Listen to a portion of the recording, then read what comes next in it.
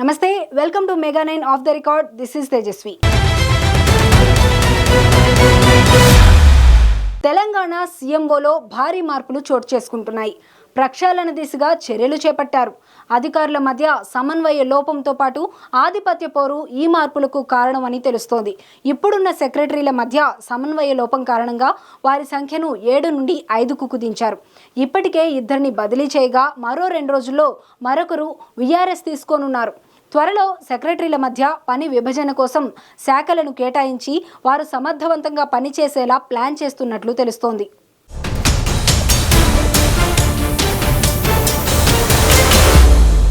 తెలంగాణ సీఎంఓలో ప్రక్షాళన దిశగా అడుగులు పడుతున్నాయి. తాజాగా సీఎం సెక్రటరీ షానవాజ్ ఖాసిం ను బదిలీ చేసి ఎక్సైజ్ ఎన్ఫోర్స్మెంట్ డ్రగ్ కంట్రోలర్ డీజీగా నియమించారు. ఇప్పటికే సీఎం సెక్రటరీగా ఉన్న ఐఏఎస్ సంగీత సత్యనారాయణ్ ను హెల్త్ డైరెక్టర్ గా బదిలీ చేశారు. త్వరలో ఉత్తర్వులు వెలువడనున్నాయి.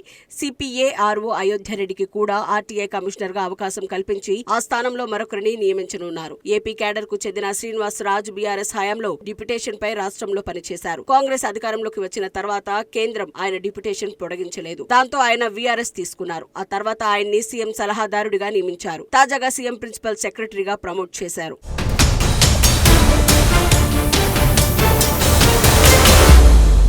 ప్రస్తుతం సీఎంఓ ప్రిన్సిపల్ సెక్రటరీగా పనిచేస్తున్న చంద్రశేఖర్ రెడ్డిని చీఫ్ ఇన్ఫర్మేషన్ కమిషనర్ గా నియమించనున్నారు. ఇప్పటికే సంబంధిత ఫైల్ మీద గవర్నర్ సంతకం చేశారు. 2-3 రోజుల్లో ఆయన ప్రిన్సిపల్ సెక్రటరీగా పదవి విరమణ చేసి నూతన బాధ్యతలు చేపట్టనున్నారు. దాంతో సీఎం ఆఫీస్ నుంచి 3 అధికారులు బయటకు వెళ్తుండగా ఒకరు కొత్తగా బాధ్యతలు తీసుకోనున్నారు. మొత్తం 5 అధికారులతో తన ఆఫీస్ కార్యకలాపాలను కొనసాగించాలనే నిర్ణయానికి సీఎం రేవంత్ రెడ్డి వచ్చినట్లు తెలుస్తోంది.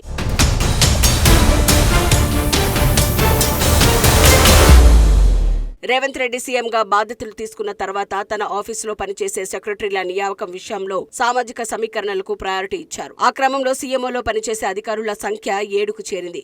ఎక్కువ మంది ఆఫీసర్ల వల్ల కొన్నిసార్లు ప్రయోజనమున్నా అధికంగా ఇబ్బందులు తలెత్తినట్లు విమర్శలు ఉన్నాయి. అలాగే ఫైల్స్ క్లియరెన్స్ విషయంలో కొన్నిసార్లు సెక్రటరీల మధ్య సమన్వయ లోపం ఏర్పడినట్లు టాక్. అందుకే సెక్రటరీల సంఖ్యను కుదించాలని, అందులోనూ అనుభవం ఉన్న వారికి మాత్రమే ప్రయారిటీ ఇవ్వాలని నిర్ణయానికి సీఎం రేవంత్ రెడ్డి వచ్చినట్లు తెలిసింది. ఈ క్రమంలోనే ఎవరిని సీఎంఓలో కొనసాగించాలి, ఎవరిని బయటికి పంపించాలి అనే అంశంపై పలుమార్లు ఆలోచించి తుది నిర్ణయం తీసుకున్నట్లు తెలుస్తోంది.